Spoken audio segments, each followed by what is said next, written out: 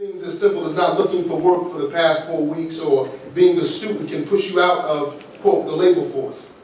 Looking on the internet or in the newspaper are considered passive forms of employment researching and are not good enough to be counted. We are experiencing the pains of unfettered violence and the killing of our youth, actions that almost always are accompanied by miseducation and poverty. The hate once possessed by the Klan and the White Citizens Council has been transferred to our babies, and our homes are again unsafe. But like those brave and insightful men of the 1830s, we still find ourselves evaluating and questioning the status of our citizenship. We see the Latinos in Arizona and other reactionary places find themselves harassed and arrested by officers of law while their children are under the attack of school boards, who wish to label their people's history as hate and remove those stories written by their forefathers from the classrooms and library shelves. Students who have been convinced to buy expensive education with the promise that employment would await them when they graduated realized that businessmen of America had defaulted on their promise. So now these young folk occupy Wall Street. The fact that we are still wrestling with the same issues and often against the same enemies as our progressive predecessors is not evidence that we the people are weak. It just illustrates that the fact that struggle is protracted and that our foes are determined. It proves that after every victory of the people, the promoters of tyranny regroup and devise new ways to strip the masses of their hard-fought victories. The Klan came on the scene after slavery was over. The Compromise of 1877 that completely undermined the Reconstruction governments of the South is proof that the Southern races had not fallen asleep after the Civil War. We see the introduction of urban neo-colonialist takeover after the upsurge in political organizing and gains of the Civil Rights, Black Power, and Modern Black Convention movement. Those who oppose every attempt at the expansion of democracy are the enemies of you and I. The idea of the conference came while we were fighting to return some of the people's political autonomy in the South Ward of Newark during the campaign of Councilman Tariq. While sitting in the campaign office, we talked about bringing every progressive politician, activist, and scholar from around the country to Newark, New Jersey to discuss and find solutions to the many problems we face locally, statewide, and nationally. We believe we can do it, and we still believe it because we began to see that that the people informed and organized will trump dollars every time.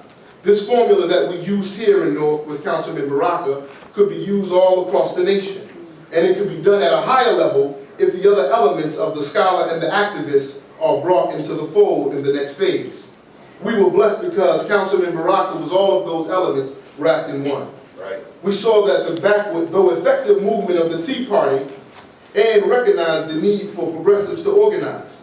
We saw the need to signal the call to folks, no matter where they were in this country, and this world for that matter, that if they were on the side of the majority of the people, that they had allies here in North, East Orange, and Irvington. The fact remains that you may be frustrated, Most importantly, we saw the problem of pessimism and apathy. The fact remains that you may be frustrated, but to stop fighting or to simply yell is not enough.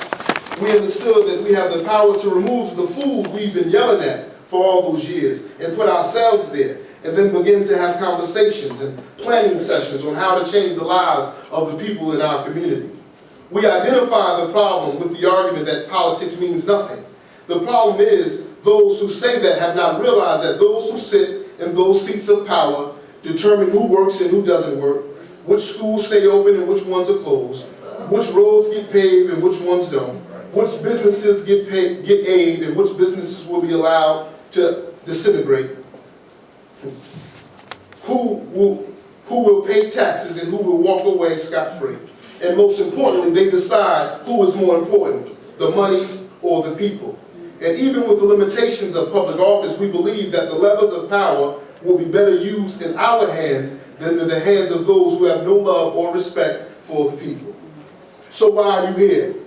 You are here because we need your help in moving forward with pulling off a conference that will link up the much-needed elements of our communities to resist the onslaught of reaction here in this country. You are here to help us research the problems of crime, economic development, education, and the environment. You are here because we need the words of the poets, the pictures of the painters and photographers. We need the time and determination of the students, the wisdom and experiences of the elders. We need the influence and the visibility of politicians. We need the passion and integrity of the activists along with the skills and resources of the scholars. We're here because we have a better chance of winning this fight if you are in the trenches with us. We're here because Trayvon's spirit summoned us here, like Emmett Till, before him. And we understand that only when we speak concertedly and consistently will we be able to prevent murders like this. So tonight is the beginning of a process that will ensure the future. The road will be rough, but together we can clear it. And never will we cower before the challenges we face. We will be the examples of what must be done. We must develop clear political principles that will inform the rest of our platform.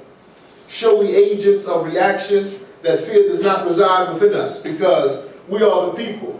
And once we come together, there is nothing that can stop us. Thank you.